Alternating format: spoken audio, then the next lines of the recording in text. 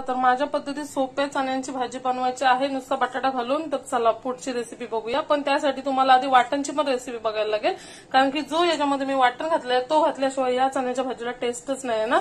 तर नक्की याच्या आधीचा तुम्ही रेसिपी जाऊन बघा वाटणाची माझ्या अकाउंटमध्ये जाऊन। आणि ही रेसिपी चण्यांची खरंच एवढी भारी होते ना, आणि तुम्ही ग्रेव्ही पण बघू शकता केवढी भारी झाली। तर चला आता रेसिपी बघूया। नमस्कार इंस्टाग्राम फॅमिली, तर आज मी तुम्हाला चणा बटाट्याची भाजी साधी अशी सिंपल करून दाखवणार आहे ग्रेव्ही वाली। तर चणा मी रात्री भिजवून घेतलेले आहेत आणि एक बटाटा घातलाय, आणि त्यासाठी आपल्याला कांदा लागेल चॉप करून, आणि टोमॅटो लागेल भरपूर असा, हळद मसाला, आणि हा वाटणची रेसिपी पण टाकली, हा वाटणच फक्त लागणार आहे, बाकी काहीच नाही लागत, गरम मसाला वगैरे काहीच लागणार नाही। एवढं असं सामान आपल्याला लागणार आहे आणि सिंपल अशी रेसिपी आपण पटकन अशी कुकरमध्ये बनवून घ्यायची आहे। बघू शकता तेलामध्ये मी गरम मसाला कुठलाच नाही घातला, डायरेक्टली कांदा आणि टोमॅटो घालणार आहे आणि परतवून टोमॅटो लवकर शिजण्यासाठी मी त्याच्यामध्ये मीठ घालते, म्हणजे तेलावर टोमॅटो लवकर शिजेल। बघू शकता टोमॅटो आपला मस्त शिजला आणि कांदा पण। तर मसाला घालून घेतलाय, हळद घालून घेतलाय आणि वाटण पण घालून घ्यायचं एकदाच। आता चणे आणि छोले आणि बटाटा पण एकदाच घालायचा आणि मिक्स करून घेऊया आता आपण।